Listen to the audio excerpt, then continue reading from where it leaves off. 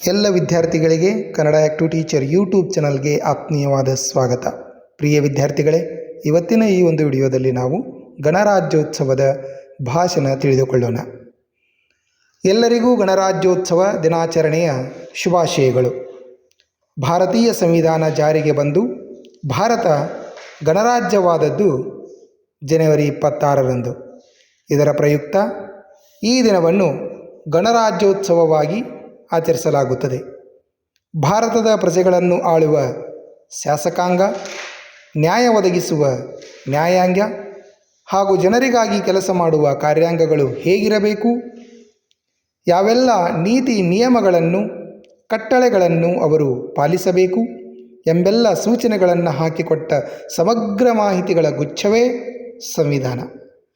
Doctor BR Ambedkar ನೇತೃತ್ವದಲ್ಲಿ ರಚಿಸಲ್ಪಟ್ಟ ಈ ಸಂವಿಧಾನ 1950 ಜನವರಿ 26ರಂದು ಭಾರತದಲ್ಲಿ ಸಂವಿಧಾನ ಜಾರಿಗೆ ಬಂದ ಮೇಲೆ ಪ್ರಜೆಗಳದ್ದೇ ಸರ್ಕಾರ ಅಸ್ತಿತ್ವಕ್ಕೆ ಬಂದಿತು.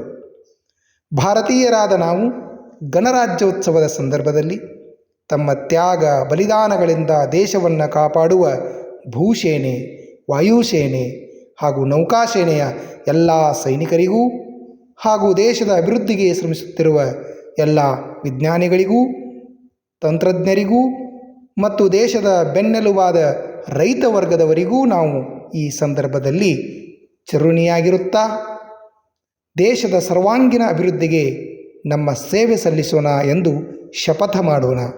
ಧನ್ಯವಾದಗಳು. ಜೈ ಹಿಂದ್, ಜೈ ಭಾರತ್.